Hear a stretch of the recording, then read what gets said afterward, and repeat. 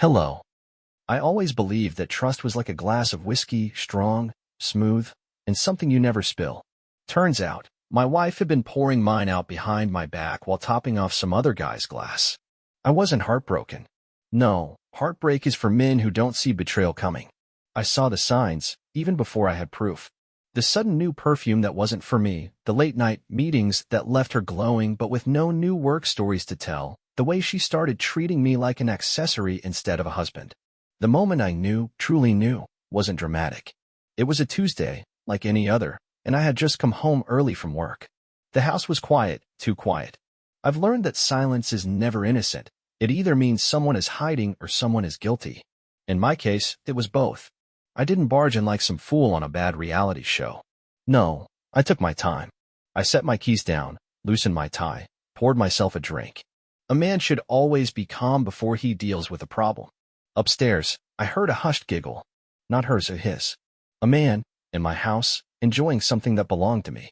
I walked up the stairs slowly, savoring the moment, because once you know your life is about to change, there's a certain thrill in stretching out the seconds before the hammer falls. The bedroom door was slightly open. I could hear them, whispering. The kind of whispering that wasn't meant for me. Some men would have kicked the door down, screamed, made a scene. But not me. Why give them the satisfaction of knowing they got to me? Instead, I took out my phone, switched to video, and pushed the door open just enough to capture the evidence I needed. There they were, two pathetic creatures wrapped in deceit, tangled in sheets I had paid for, in a house I had built, in a life I had curated. I recorded long enough to get what I needed, then stepped back, shutting the door without a sound. Now, here's the difference between weak men and men like me. A weak man would have confronted them, let them see his pain, given them a chance to justify, to manipulate, to cry. I wasn't going to give them that. No, my revenge wasn't going to be an outburst. It was going to be a masterpiece. A cold, calculated dismantling of everything they thought they had. I walked downstairs, poured another drink, and made a few phone calls. The first was to a close friend who worked in immigration. You see, my wife's lover wasn't just some random guy. He was here on a visa, a temporary one, dependent on his employer's sponsorship. And me? I happened to know exactly how to tip off the right people. But that was just the beginning. The real fun was in what came next. See, my wife prided herself on being well-connected, respected in our community, a woman with influence. People looked up to her. She basked in admiration. But admiration is fragile, and all it takes is a little push for a pedestal to crumble. I had gathered enough proof to ensure that the story of her betrayal wouldn't stay locked behind our bedroom door. It would travel, spreading through whispers at dinner parties, over coffee shop conversations, in the very circles she once ruled. And as for her lover? He had no idea what was coming. Men like him, they think they're invincible, that they can steal without consequences. But the thing about playing in someone else's house is that you never know what traps they've set. And I was about to pull the lever. I finished my drink, letting the ice clink against the glass.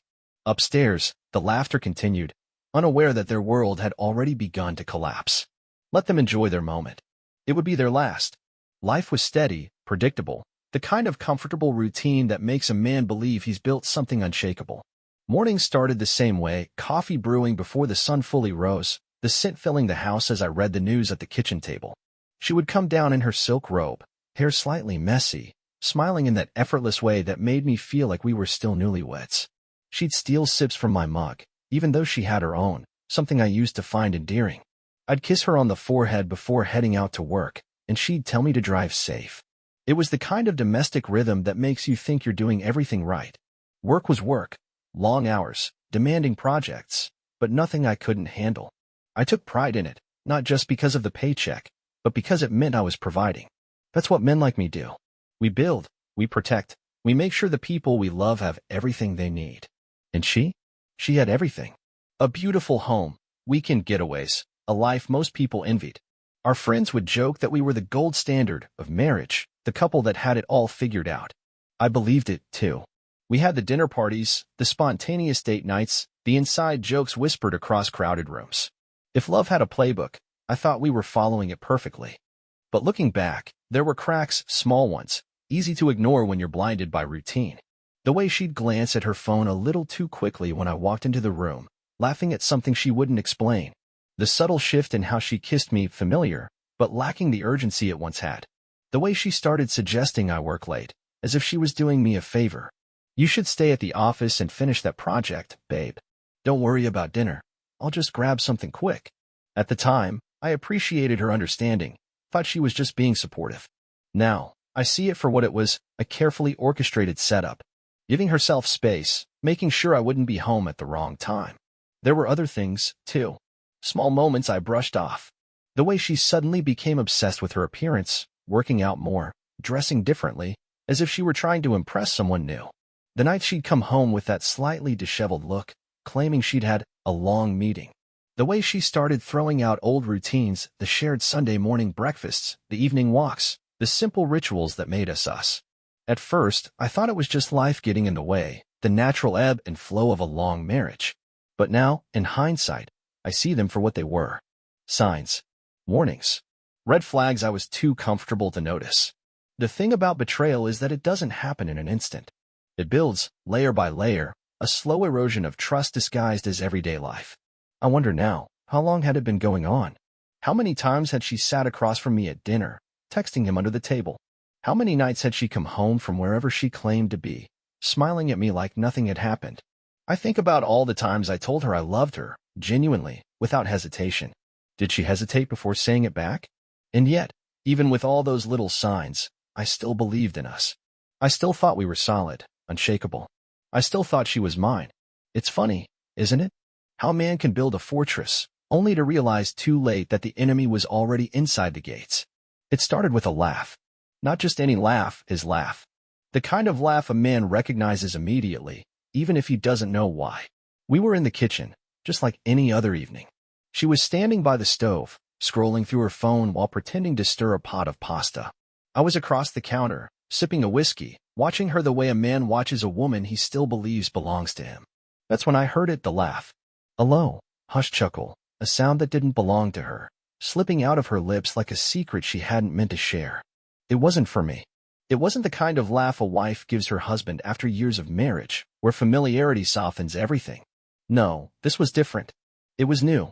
And that's what made it dangerous. I didn't say anything at first.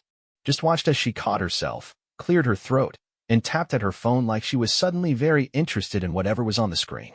A second too late, she glanced up at me, her face carefully neutral. "What?" she asked, as if I were imagining things. "Nothing." That's what I told her. And for a moment, I let it go. Not because I was blind, but because I wanted to see what she'd do next. She set her phone down, face down, right next to the cutting board. That was the second sign. A woman with nothing to hide never puts her phone face down. It was a small thing, but it spoke volumes. A shift in habit. A layer of protection that hadn't been there before. I took another sip of my drink, let the moment hang between us. She turned back to the stove, but I saw it, her fingers twitching slightly, the way someone's do when they're resisting the urge to pick something up, to check, to see if a message had come through. The rest of the night played out like any other. Dinner, small talk, the usual script of a married couple going through the motions.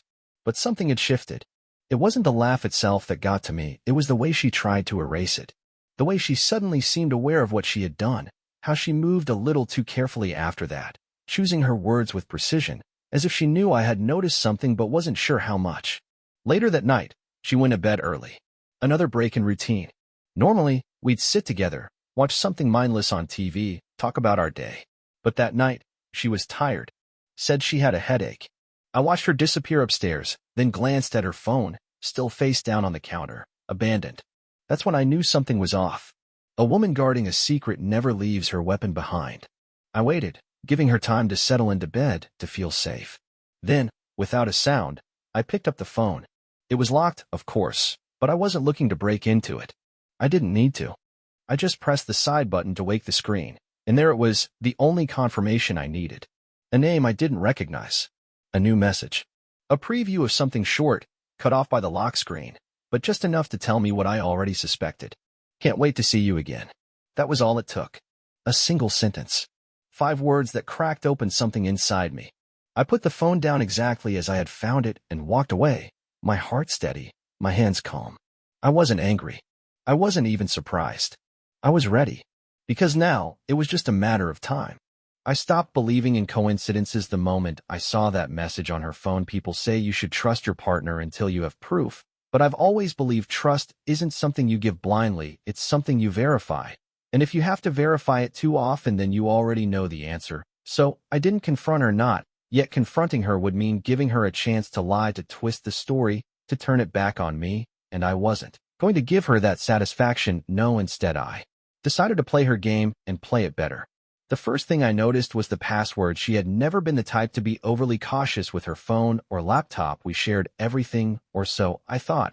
But suddenly her phone required Face ID only, and her laptop had a new lock screen passcode. Small changes, ones she probably thought I wouldn't notice, but I did, because a woman with nothing to hide doesn't suddenly start hiding everything. She didn't even try to make it subtle. That was her mistake, thinking I was too trusting, too oblivious. The next was the schedule shifts. She started coming home later than usual. At first it was a client meeting, then a last-minute errand, then an old friend she hadn't seen in years. The excuses were weak, barely believable, but I let them slide. Each time I nodded, acted like I bought it, and she got comfortable thinking she was getting away with it. But I was watching everything, tracking every movement, her car mileage, her credit card transactions, even the way she dressed up more for these so-called work events than she ever did for me. One night, she said she was meeting a friend for dinner. She left wearing a dress I hadn't seen in months, heels she only wore on special occasions, lipstick a shade too bold for a casual meetup. And that's when I decided to follow her, not in a dramatic way, not in some cliché stalking move. I simply waited until she left and checked her location. I had set up tracking a long time ago, not because I didn't trust her, but because we shared it for emergencies. At least, that's what she thought. Now it served a different purpose. She had told me she was going downtown to meet a friend, but her location pinged in a different part of the city, near a hotel. That was enough confirmation to push forward, but I wanted more. I needed undeniable proof, so I started testing her. Simple things. At first I'd ask about her day and watch her hesitate before answering. I'd mention places she had supposedly been and wait to see if she corrected me. Sometimes she did, sometimes she didn't. Each slip, each pause, each nervous glance was another nail in the coffin. She was trying so hard to keep the story together, but she didn't realize I was already 10 steps ahead.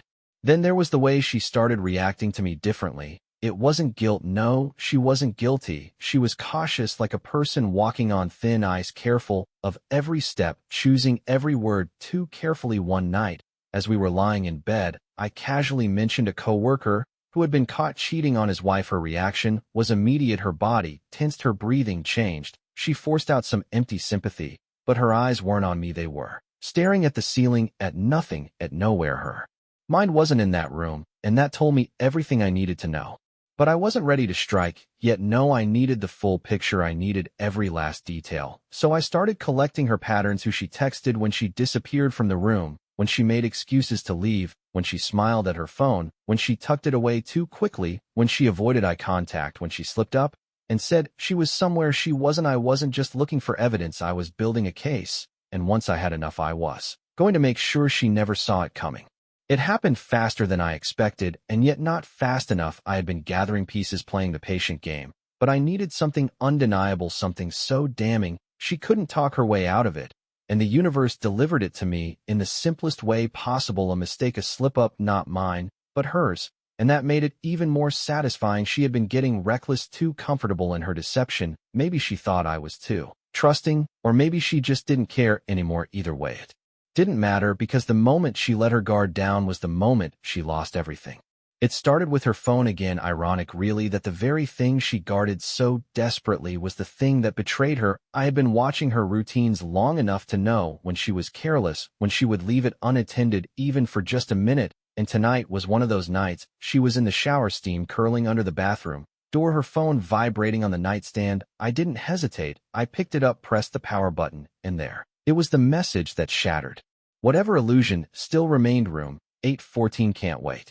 No name, just a number, but I didn't need a name. I already knew exactly who it was. The bastard she had been sneaking around with, the same one she had been dressing up for, lying, for giving parts of herself that once belonged to me. For a moment, I just stood there staring at the screen, my mind processing the weight of what I was seeing, not because I was surprised, but because now it was real, undeniable, and inarguable. There was no misunderstanding, no chance she could twist this into anything else. This was the proof I had been waiting for. And then something inside me clicked. There was no outburst, no shouting, no dramatic confrontation. I felt the anger, yes, the rage, the cold, sharp edge of betrayal cutting through me. But it didn't control me, it fueled me, sharpened my mind into something deadly, something calculated. She thought she had been playing a game, but she had no idea she had been playing against someone who never lost. I put the phone down exactly where I found it and walked out of the room, my mind already crafting the next move. I needed to see it with my own eyes, not just a message, not just suspicion, but the truth in its rawest form. So I did what any man with a plan would do. I grabbed my keys and left quietly, no questions, no explanations. She would think I was still home, think I was still the fool she had been deceiving, but she had no idea I was about to witness the biggest mistake of her life. I drove to the hotel, the one I had tracked her to before, the one that now held the final nail in her coffin. Parking was easy. The lobby was quiet. The elevator ride felt longer than it should have, every second stretching out in slow motion, but I wasn't nervous, I was focused. The hallway was empty, dimly lit, the kind of silence that amplifies everything: my footsteps, my heartbeat, the anticipation thrumming in my veins. When I reached the door, I didn't knock, I didn't need to, I already knew what was behind it. I simply stood there for a moment, listening, waiting, and then I heard it, her voice, laughter, low, hushed, intimate, the kind of sound that used to be mine, now given to someone else. And that was all the confirmation I needed. I didn't barge in, I didn't make a scene, because that wasn't my style. No, instead I took out my phone, snapped a picture of the door, the room, number, the final piece of evidence. Then I turned and walked away, not because I was retreating, but because my war had just begun. She thought she was in control, she thought she had fooled me, but what she didn't realize was that I wasn't the one being played, I was the one setting the board, and now it was my turn to move. I sat in my car staring at the hotel entrance, my mind sharper than it had ever been. No rage, no desperation, just cold, precise calculation. She thought she was playing a game, but she had no idea that I was about to rewrite the rules. She had spent months, maybe longer, building this lie, crafting a secret life, thinking I would never catch on, that I would be just another blind husband, a man too comfortable, too trusting. But she had underestimated me, and now I was going to dismantle everything she had built piece by piece, not with some reckless outburst, not with anger, but with strategy. The first thing I needed to do was determine what she valued most. Some men assume it's the affair itself, but no, that's not true. A woman like her isn't just looking for excitement, she's looking for security, validation, admiration. She needs to be seen as perfect in the eyes of everyone around her. That's why she played the role of the loving wife in public, why she maintained the illusion of the devoted partner, because her real weakness wasn't guilt, it was reputation. And that was exactly where I was going to strike. I started with the groundwork. I wasn't going to expose her like some petty man posting screenshots online. No, that would be too easy, too obvious. I wanted the betrayal to unravel, slowly tightening around her like a noose, until she realized too late that she had lost everything. I reached out to the people who mattered in her world, her friends, her coworkers, her family, but not in the way she would expect. I planted seeds, subtle doubts, small hints, carefully placed in conversations, so that when the truth came out, it wouldn't be a shocking revelation, it would be the missing piece in a puzzle they had already started to put together. Then there was her job. She had built her career on trust, on respect, on the image of being an intelligent, powerful woman. But what happens when that image cracks, when the people who once admired her begin to whisper behind her back? I had gathered enough evidence to ensure that whispers would turn into conversations, conversations would turn into certainty, and certainty would turn into doors closing in her face. And as for her lover, while he had his own vulnerabilities, ones I had no problem exploiting, he wasn't just some random man. He was here on borrowed time, his visa sponsorship dependent on his job, his reputation fragile and easily shattered. All it took was a few anonymous messages, a few well-placed rumors, and suddenly his world wasn't as stable as he thought. But the masterpiece, the real stroke of brilliance, was in how I would let her realize what was happening, not all at once, not with a confrontation or a fight, but with silence, with absence, with the slow creeping horror of realizing that her world was falling apart, and she didn't even know why. She would notice it first in the way people started treating her differently, the forced smiles, the hesitation, the way conversations would die the moment she walked into a room. Then she would see it in her career, the sudden setbacks, the missed opportunities, the projects she was mysteriously removed from without explanation. And then finally, when the weight of it all became unbearable, when she was desperate for stability, for comfort, for a lifeline, I would be gone. No closure, no explanation, just empty space where I used to be. Because that is the final blow, the realization that she was never in control, that she was never the one pulling the strings, that all along, she was simply waiting for the moment I decided to let her fall. I moved carefully, methodically, every detail planned to precision, no loose ends, no room for error. She had built a life on deception, thinking she was untouchable, thinking she could lie to my face and get away with it. But the thing about lies is that they unravel, and when you pull the right thread, the whole thing collapses. I wasn't going to yell, I wasn't going to fight, I was going to let her destroy herself. I started with her job, the place where she thrived, the place that gave her purpose. She had spent years curating an image of professionalism, of integrity, a respected woman in her field. But I had the perfect weapon, and I didn't even need to wield it myself. I just needed to let it slip into the right hands. I had already collected the evidence, her secret messages, her hotel meetups, her excuses, every timestamp, every detail, neatly arranged, and then I delivered it, not to her boss, not to HR. No, that would have been too direct, too easy. I sent it to the wives, the ones who had the most to lose, the ones who would make sure every whisper turned into a wildfire. The first sign that my plan was working came in the form of tension, small but unmistakable. She came home frustrated, distracted, snapping at small things, irritated by conversations that didn't go the way she expected. She started checking her phone more frequently, but the usual validation wasn't there. Something had shifted in her world, and she didn't know why yet. Then came the real trap, the moment I had been waiting for, the charity gala she had been planning for months, a high-profile event where she was supposed to shine, where she would be standing in front of colleagues, friends, people who admired her, people whose opinions she cared about deeply. She had no idea that I had orchestrated every detail of her downfall right there in that room. I let the evening unfold as planned, watching her from across the room, dressed in her finest, thinking she was still in control, the perfect host, the perfect woman. And then, just as she was about to take the stage, the first ripple hit. A colleague approached her, whispered something in her ear. Her smile faltered. She tried to brush it off. But then another person, another glance, another whisper. The tension grew. I watched as she scanned the room, searching for an explanation for the sudden change in atmosphere, and that's when the real blow landed. One of the wives, the one whose husband she had been so carelessly involved with, stood up and spoke loudly enough for everyone to hear, calling her out, not with accusations, but with facts, direct, cold, undeniable. She stood there frozen, trapped in the very image she had created for herself, the walls closing in around her, as one by one the people she had relied on started pulling away. And I just stood there watching, letting it all sink in. She tried to recover, tried to regain control, but there was no escape, not this time. She turned to me, then desperation in her eyes, searching for an ally, for an explanation. But I gave her nothing, just a calm, unreadable stare. The realization hit her like a physical blow. This wasn't an accident, this wasn't bad luck, this was a reckoning, and I had orchestrated every second of it. She never saw it coming, never imagined that the man she had dismissed as oblivious, as easy to deceive, had been watching, had been waiting, had been planning her downfall with the same precision she had used to betray me. But the difference between us was that I played the long game, and I never lose.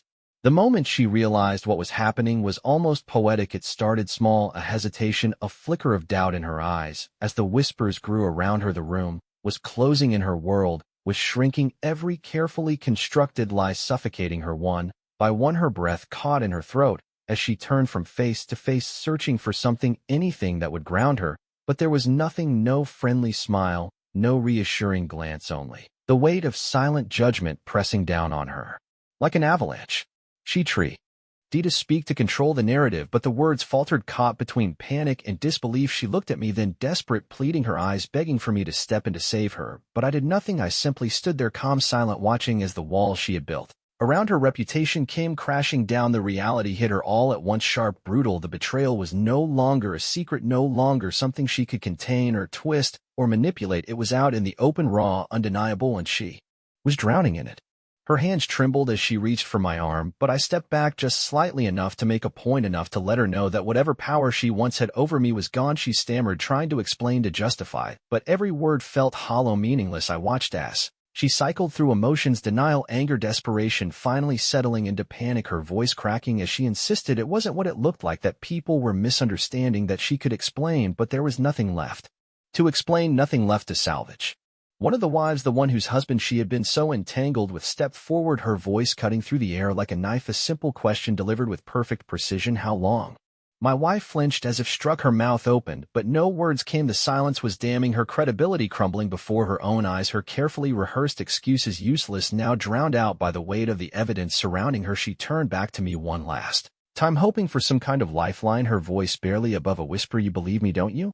I let the question hang between us, let her feel the emptiness of it, the absurdity of it, then I exhaled, slow, deliberate, finally allowing myself the luxury of a response. My voice was steady, cold, final. I used to the words landed harder than any scream ever could. I saw it in her face the exact moment she knew it was over, truly over, not just the whispers or the accusations, but as everything we had built, everything she had taken for granted. The life she thought was so secure, so safe, was now gone, and there was nothing she could do to stop it.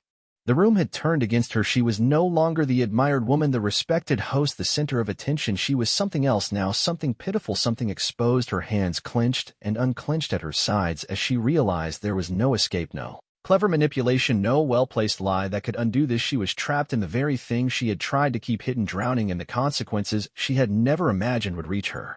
I didn't stay to watch the full collapse. I had no need to. I had already won, without raising my voice, without throwing a single insult, without lifting a finger to beg or argue. I had made her feel what she had made me feel, powerless, small, disposable. I turned and walked away, leaving her there surrounded by the wreckage of her own making, knowing that this moment, this humiliation would follow her long after I was gone, because that is the true weight of betrayal, not just the loss but the knowledge that it was never supposed to end this way. Yet here she was watching everything slip through her fingers, and knowing deep down that she had done it to herself.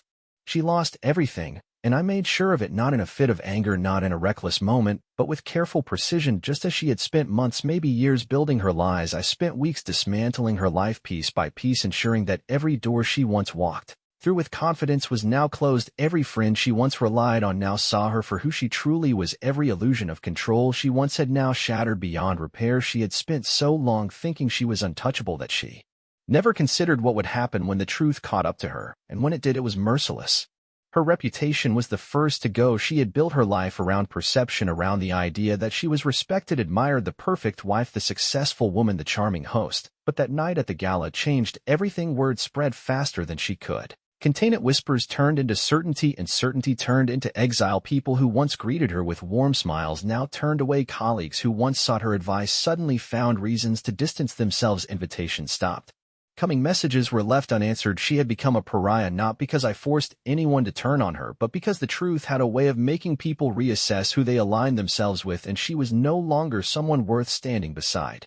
Then came the career blow. She had always prided herself on her work, on the respect she commanded in her field, but respect is fragile, and once it cracks, it rarely holds together for long. The evidence I had collected found its way into the right hands, not in a way that could be traced back to me, but in a way that made it impossible to ignore. Suddenly, she was no longer the competent professional. She was the woman who had been caught in a scandal, the one whose name was whispered in office hallways.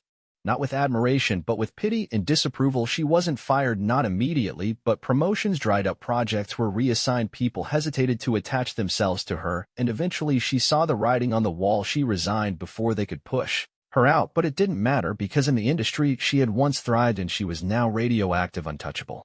Her personal life crumbled, and parallel friends drifted away, not wanting to be caught in the fallout. Family members stopped defending her when the truth became too overwhelming. Her parents, who once saw her as their golden child, looked at her with disappointment. Conversations became strained, visits became infrequent. She was no longer the woman they boasted about. She was the woman they avoided. Discussing her affair partner, the man she had risked everything for, vanished the moment things got difficult. He had no interest in standing beside a woman whose life was in ruins. He was never going to be her savior, just another mistake she had miscalculated, thinking he was worth it.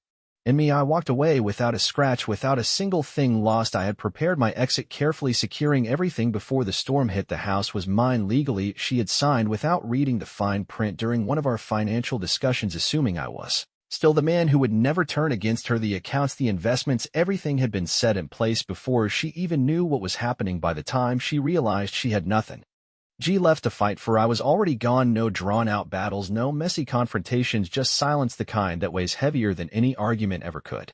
She tried to reach out, of course, not with apologies, not with remorse, but with desperation. At first it was subtle messages that started with casual pleasantries, pretending as if things could somehow be smoothed over. Then came the real attempts, the ones laced with regret, with panic, as she started to understand that there was no fixing this, that I was truly done, and that everything she had taken for granted had slipped through her fingers. But I never responded. I never gave her that satisfaction. Because the greatest revenge wasn't just exposing her, it was ensuring that she lived with the consequences of her actions, knowing that I had moved on untouched while she was left to pick up the broken pieces of the life she had destroyed. I thrived in the aftermath while she faded into irrelevance. I built something better without her while she struggled to salvage whatever was left. She had thought she was playing a game, but she had never realized that I was never a player. I was the one setting the rules. And in the end, I had won without ever needing to raise my voice, without ever needing to beg, without ever needing to stoop to her level. She had taken my trust and destroyed it, and in return, I had taken everything that mattered to her and walked away without looking back. In the end, she was nothing more than a ghost in the life she once ruled, drifting through the wreckage of her own making, wondering where it had all gone wrong. But deep down she knew the exact moment she had crossed the line, the exact moment she had underestimated the man she thought she could deceive. She had played her game believing she was in control, but she had never realized that the real power didn't belong to the one who cheated, it belonged to the one who decided how the story ended. And I had written the final chapter with precision, with patience, with the kind of cold calculation that left no room for second chances. I moved forward effortlessly without looking back while she remained stuck, drowning in the consequences of her own betrayal. I didn't need to see her to know what had become of her. I heard it in passing conversations and the way people spoke about her in hushed tones. Not with admiration, but with discomfort. She was no longer the respected woman, the admired wife, the center of social circles. She was an afterthought, a cautionary tale. People didn't rally around her. They distanced themselves as if her downfall was something contagious, something they wanted no part of. She had built a life on perception, and when the truth shattered that illusion, there was nothing left for her to hold on to. In me, I was free, not just from her, but from the weight of the deception, from the lies, the manipulation, the silent betrayals that had once poisoned the air around me. I had taken back control, not by fighting, not by begging, but by refusing to be a victim, by making sure that she felt every ounce of helplessness she had once made me feel, not through anger, not through violence, but through something far worse, complete and utter indifference. She had expected rage, she had expected confrontation, but what she got instead was silence, the kind that lingers, the kind that makes a person question everything, the kind that reminds them that they no longer matter. Some might say revenge is pointless, that moving on is the real victory, but I disagree. Moving on is easy, but making sure that the person who wronged you understands exactly what they've lost, that's justice. And justice isn't about forgiveness, it's about balance. It's about ensuring that actions have consequences, and that betrayal is met with something far worse than anger. It's met with a reckoning. And now, as I look back at everything, I can't help but wonder if she ever truly believed she would get away with it, if she ever thought I wouldn't notice, if she ever thought I would just let it slide, because if she did, then she never really knew me at all. So now I ask you, if you were in my place, if you had been the one to discover the truth, the one to stand at the edge of betrayal, knowing that trust had been turned to dust, what would you have done? Would you have walked away quietly, or would you have made sure that she felt every ounce of the destruction she had created? Because in the end, some people only learn when they have no choice but to face the ruins of what they've done. So tell me, what would you have done in my place? Bye-bye.